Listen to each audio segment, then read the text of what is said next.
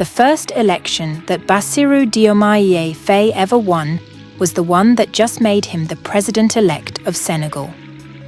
Before his victory in the election last Sunday, 10 days after he was released from jail, Mr. Faye had only ever run for mayor of his hometown, Diaganiao, a small settlement on a sandy track, crisscrossed by horse carts carrying women and their wares to the market.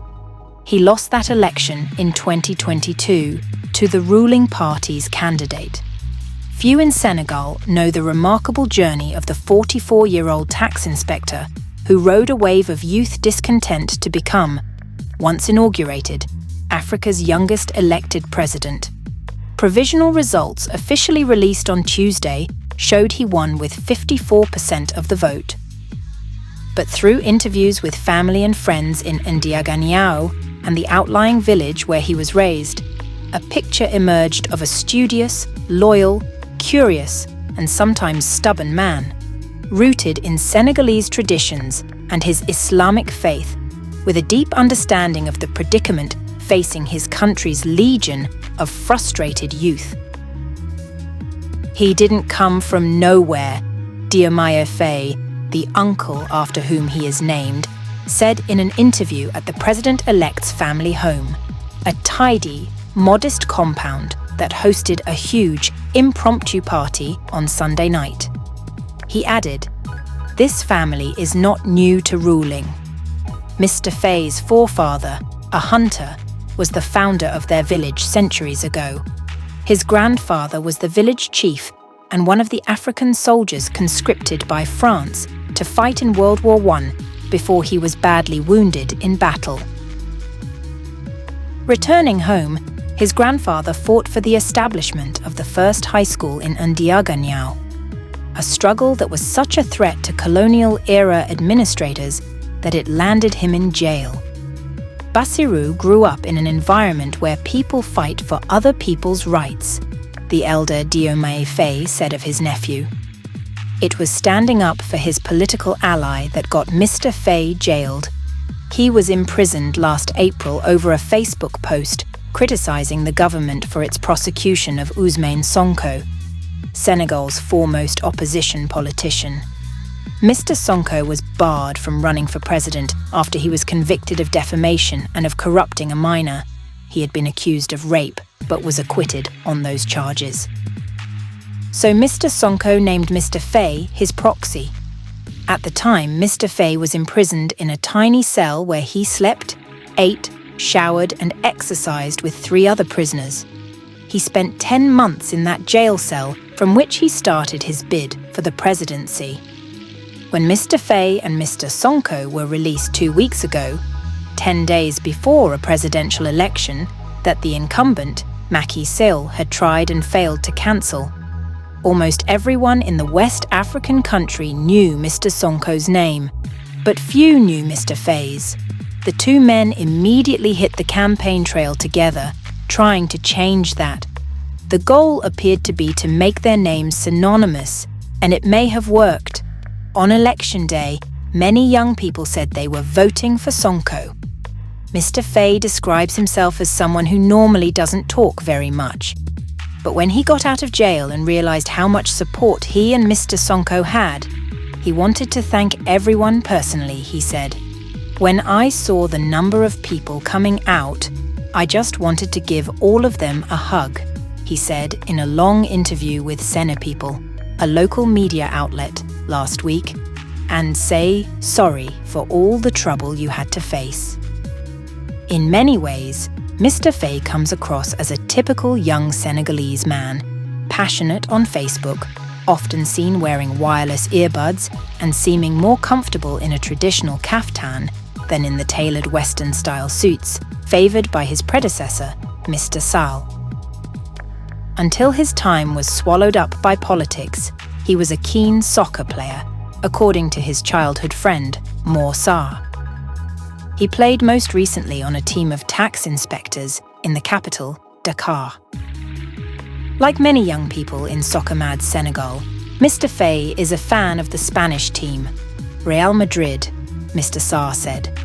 Bassirou Diomaye Faye, pronounced Bassirou Diomaye Faye, grew up in a house occupied by more than 10 adults and a gaggle of children he ran around with, according to his uncle.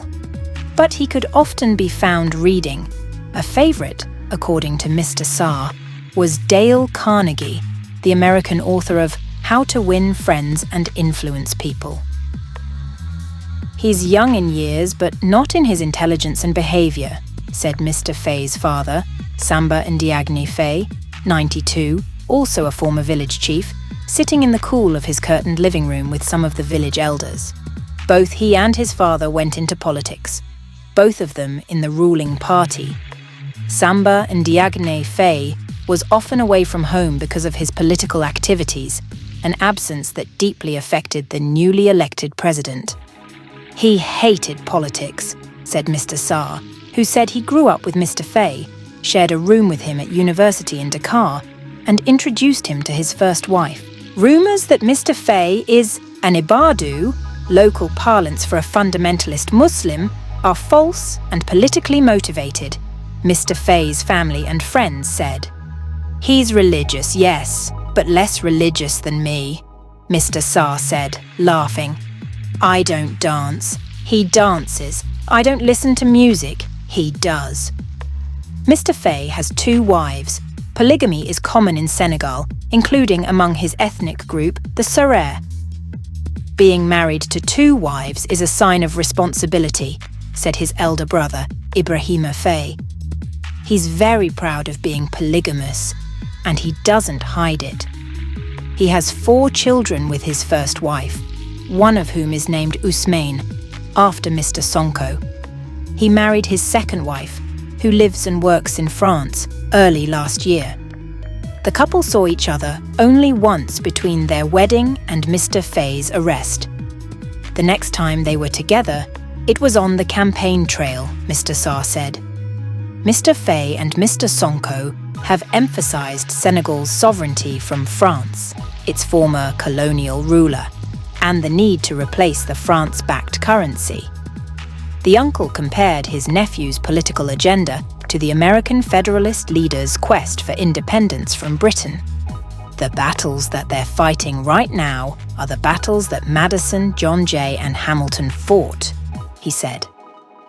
Before the election, Mr. Faye declared his assets, an unusual move for a politician in West Africa. The list included a house in Dakar, built on land that was given to him by the government as part of a program allocating land to civil servants. It also included a field a few miles from Ndiaganiao, where the president-elect grows fruit and vegetables to sell.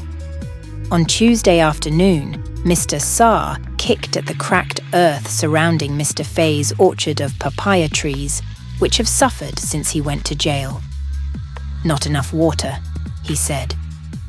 Mr. Faye had been planning on leaving his job as a tax inspector to focus on politics and agriculture, Mr. Sall said.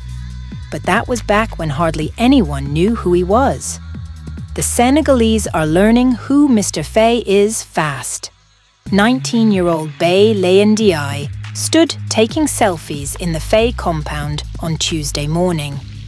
Mr. Ndiaye, who travels the country hawking mobile phones, had asked for directions to the house just to see where his new president came from. Last year, Mr. Ndiaye was one of around 1,000 people jailed in connection with protests that followed Mr. Sonko's arrest. He said he had been walking down the street wearing a plastic bracelet with the word PASTEF on it, the name of the opposition party founded by Mr. Sonko. That was enough to get him locked up for 3 months.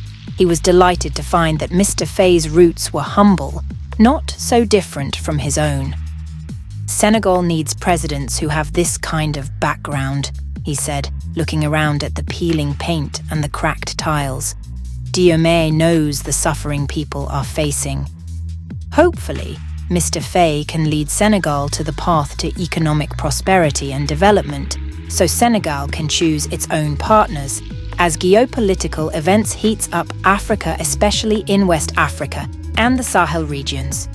If you found this episode informative about the President-elect of Senegal, we will like to hear from you.